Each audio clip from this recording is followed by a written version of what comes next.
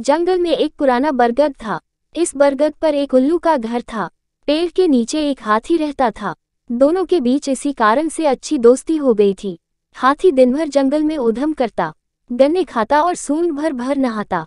उल्लू भी दिन भर सोता। रात को जब हाथी पेड़ के नीचे लौटता तो इन दोनों दोस्तों के बीच अच्छी बातचीत होती। एक शाम झनकू हाथी घूमता घामता आ रहा था कि एक जगह उसे कुछ भूत गपशप करते हुए दिखाई दिए। वे लोगों को डराने के लिए डरावनी योजनाएं बना रहे थे। तभी भूतों के सरदार की नजर हाथी पर पड़ी। वह चिल्लाया, वह रहा, पकड़ो उसे। कुछ भूत हाथी को पकड़ने दौड़े और कुछ ने पूछा, ये कौन है सरदार? सरदार बोला, कल रात मैंने एक सपना देखा कि मैंने एक हाथी को पूरा खा लिया। ये हाथी बिल्कुल मेरे सपने के हाथी से मिलता जुलता है। आज मुझे यकीन हो गया कि सपने सच्चे होते हैं और आज मैं अपने सपने को पूरा करूंगा। हाथी का पाला भूतों से पहली बार पड़ा था, इसलिए वह बहुत डर गया और कुछ नहीं कह पाया। हाथी ने जब देखा कि भूतों का सरदार और उसकी पत्नी उसे खाने के लिए उसकी तरफ आ रहे हैं तो उसके हाथ पैर हिलने लगे।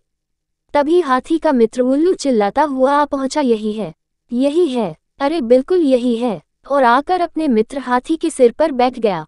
उल्लू की चेतावनी सुनकर भूतों का सरदार सहम गया। सरदार ने पूछा, अरे उल्लू, तुम किसके बारे में कह रहे हो और क्या कहना चाहते हो?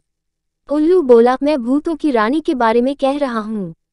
कल रात मैंने सपने में देखा कि एक भूतों की रानी से मेरी शादी हो गई और आपकी यह रानी मेरे सपनों की रानी से बिल्कुल मिलती जुलती है, इसलिए अब मैं इससे विवाह करके अपने सपने को पूरा करूंगा।